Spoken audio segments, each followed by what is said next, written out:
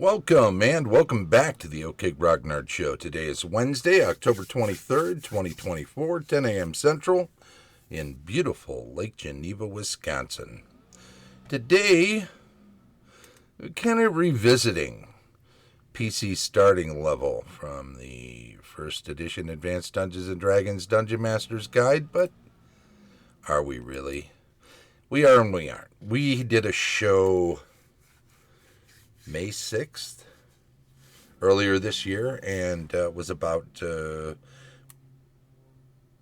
player character starting level. And it's a section in the DMG, and that's why I have that up there, because it is a section in the DMG that we did check out. And there was a post in the first edition Advanced Dungeons & Dragons, parentheses official, and parentheses Facebook group, just maybe a week and a half ago or so. And they were saying, what level should I start my players at? But they didn't give a lot of information anyway. The point of that being that, this could be bigger. Let's bigify it. There we go. Stick it right on my face. We could actually move it up. We could do all sorts of things because we're so cool. Anyway, what level should I start the characters at in the 1E campaign? This group's a public group. People can join it and check it out. So even though I blocked the name out, I think I'm going to go to the actual page and we'll just discuss it a little further. My question, I said, good question. I have a few of my own. Have you run a lot of first edition AD&D yourself? Have your players played and or run a lot of first edition AD&D? Have some or all of them played with you before?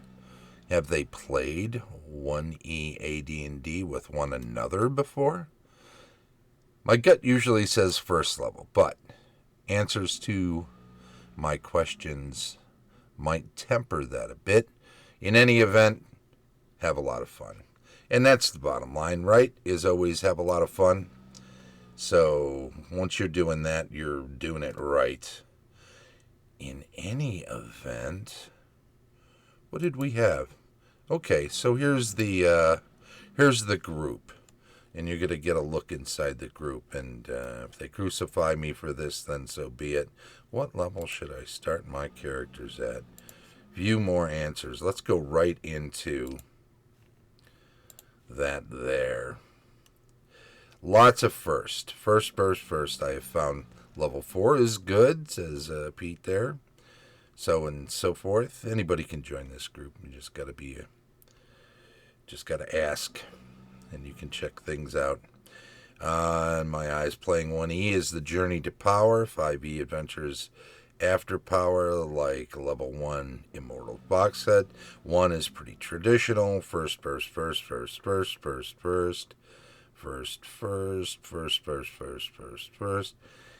You can't miss. You can miss and roll low behind the screen all night. That is just ways of tempering and fudging. I don't know that I agree with a lot of that. Try not to fudge. I mean, there's egregious rolls and there's just the rolls. First. Everybody's saying first. Lots of people saying first. 3 to 5. There you go. A lot of that. A lot more first. People get a little more detailed in some of these answers. So if first level is not where you want to be at your starting point, I recommend second. Okay, so a little bump up there, and which is good enough. First. 0. Had a few people throwing a 0 in there. Hey, Vince is in the chat. How you doing, Vince? Welcome. Somebody had asked in a first edition group where they should start their 1E campaign, and I had questions that I thought were important to ask before giving a more complete answer. But My answer was first. So first is what we'll call it. If it's a group that's never played before together and never played first edition before, if the DM is new to running it, all of those things scream start at first level. It's the way to go. If the DM is experienced, if the group is experienced, remember the video we did May 6th was about somebody. If you have an ongoing campaign and somebody dies and they start a new character, what level do you bring them in? So this isn't really that. But if you've got a group that's all experienced with first edition and you yourself are an experienced first edition dungeon master, and even more so if this whole group of players are experienced in playing with one another as well, and or let's say playing with one another as well, then I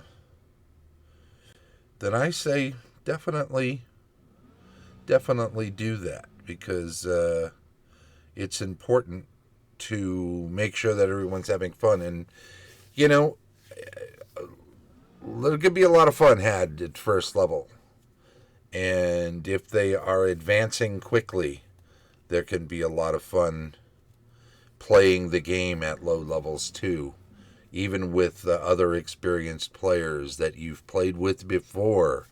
It can seem fresh and new and not redundant, and that's important.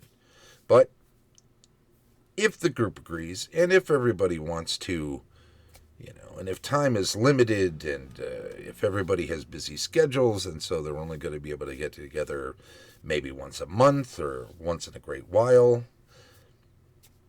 start at a higher level. I know that when I run my one-shots at various conventions, mostly GaryCon these days, I like to do 5th to 7th level characters, and most people, and I mark the game as first I mark it matured, and hopefully that sticks with everybody, but I also mark it as experienced with the system, so that people that are jumping in aren't just floundering around with the rules. And especially if you have new players, you'll want to say, hey, you're going to be the fighter. You're not going to play the spellcaster, and you don't know the books and didn't bring one and all of the other stuff. So prepare at the table to make sure everyone's going to have a good time and nobody's going to be dragging down the table. You want to make sure that the experience level of the group, if they're going to be higher level like that, warrants who's playing what. And yeah, I hear you cry, but so-and-so has never played a spellcaster but wants to try it. Okay, well, there's a place for that. That's not this table. It's not at a higher level game when everybody else is ready right out of the gate. This is not your opportunity to in a very short window at a convention where people have limited time and limited slots. This is not the time to learn a new character class, especially a spellcasting class. So keep all of that in mind, starting at higher level. And as this person was asking, where do I start them out in a 1E campaign, meaning a regular ongoing game? I say feel out the crowd. If they're all experienced players, if you're an experienced DM, talk to them about it. Getting advice online is all good, but the best advice you're going to get is from the people that are going to be doing the playing. So there you go. Thanks very much. What do we want to do? We want to say we've been looking at first edition AD&D Dungeon Master's Guide, revisiting a bit of the PC starting level here on the OK Grognard Show. It streams live on Twitch each Wednesday at 10 a.m. Central, and it's archived on YouTube. Like, follow, subscribe, all of that other stuff. It would be greatly appreciated.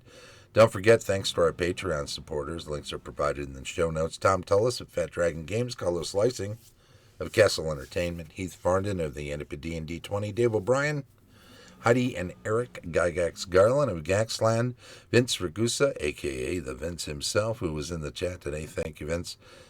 Unauthorized User, and as always, DM extraordinaire, Shane Bradley. Much appreciated, everybody. This has been the OK Grognard Show from beautiful Lake Geneva, Wisconsin. Bye-bye.